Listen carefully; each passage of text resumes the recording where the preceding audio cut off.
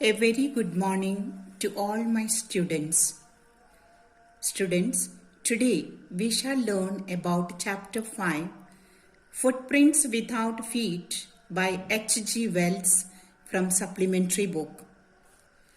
Before we begin the summary, let us know little about the author H.G. Wells and his life.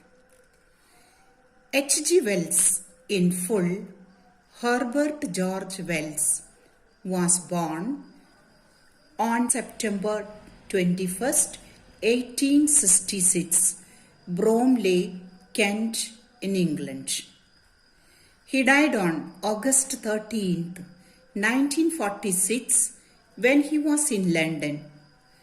He was English novelist, journalist, sociologist, and historian, best known for such science fiction novels. Now let us get into the summary of the lesson.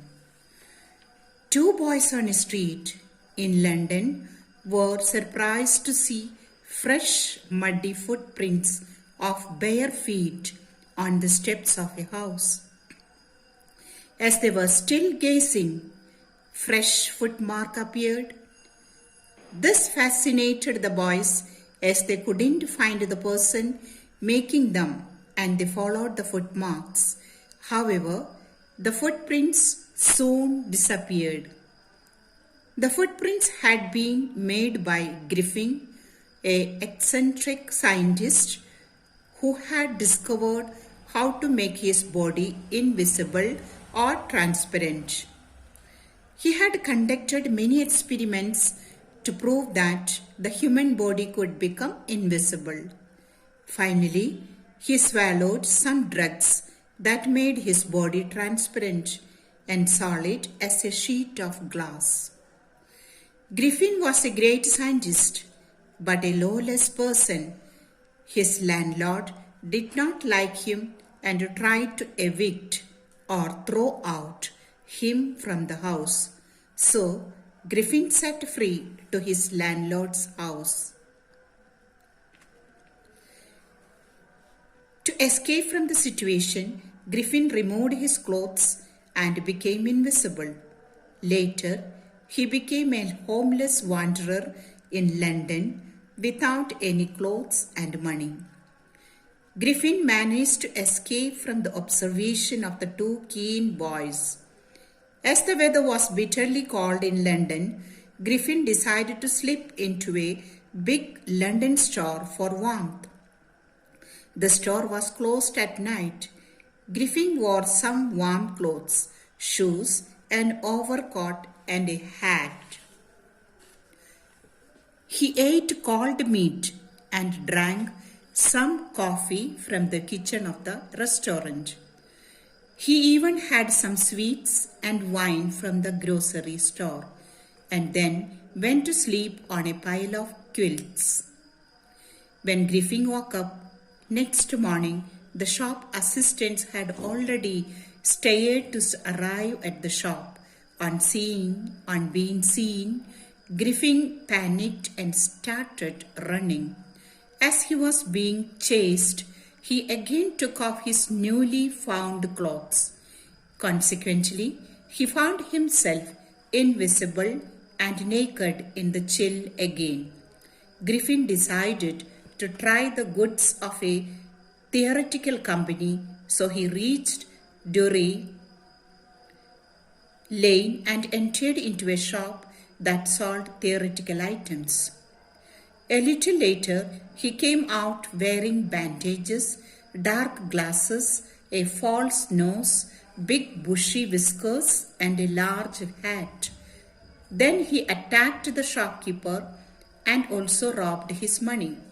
After robbing the shopkeeper, Griffin left London and took a train to the village of Iping. Here he booked 2 rooms in an inn belonging to Mr. Hall. Mrs. Hall tried to be friendly with Griffin. However, Griffin told her that he had an accident and did not want to be disturbed. Mrs. Hall excused his strange behavior as he had paid her in advance. Soon, the money that Griffin had stolen from theatrical company was finished. So he robbed a clergyman's house very early in the morning. The clergyman and his wife were disturbed by some sounds. They heard the chink of money being taken away from the desk. The clergyman silently opened the door and warned the thief to surrender. However, he was shocked to find that nobody was there and the money was missing. On the same day, when Mrs. Hall found Griffin's room open with his bandages and clothes lying around, she and her husband entered the room. Suddenly, Mrs. Hall heard a sniff, and the hat near the bedpost was thrown on her face. Then the bedroom chair was thrown at her legs. Both the landlord and his wife were pushed out of the room. Mrs. Hall felt that the furniture was haunted by ghosts as she could not see Griffin. Mrs. Hall blamed Griffin for the strange events while the neighbors blamed witchcraft. Soon, the news of burglary at a clergyman's house was spread. Most people in the village felt that the strange scientist was involved in it because he had his due rent, whereas earlier he was not able to do so. As a result, the village police constable, Mr. Jaffers, was called. Mrs. Hall went to Griffin and inquired what he had been doing with her chair in the room. She also accused that how did he came out of an empty room and entered a locked room. Griffin lost his temper and decided to show her everything. He threw off his bandages, spectacles, whiskers, and his nose. People who had gathered were horrified to see the headless man. When Constable Jaffers had arrived, he was surprised to know that he had to arrest a man without a head.